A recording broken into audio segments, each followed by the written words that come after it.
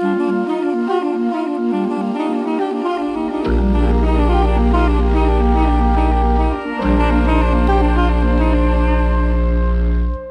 robe de chambre en vison, vous ne l'auriez pas en mauve plutôt qu'en pistache?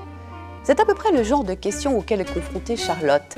Elle travaille dans une boutique de luxe sur les Champs-Élysées et ses clientes, prêtes à débourser des milliers de francs pour des choses dont elles n'ont pas besoin, en profitent pour faire des caprices et considérer que leur vendeuse est une sorte d'esclave à leur service. Mais finalement, qui est esclave de qui dans le monde du luxe? Bonjour mademoiselle, je suis très pressée. Je recherche une robe de cocktail pour un vernissage que j'organise ce soir. Vous avez quelque chose à me proposer?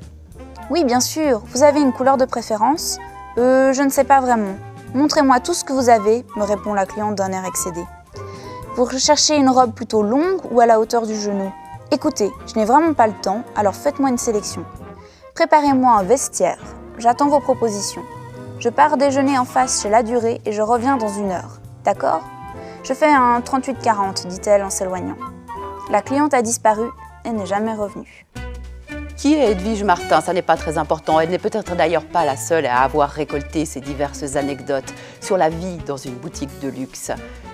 Mais à travers sa plume, mordante, ironique, mais gentille aussi, ce sont les clientes, les patrons, les collègues qui passent à la moulinette.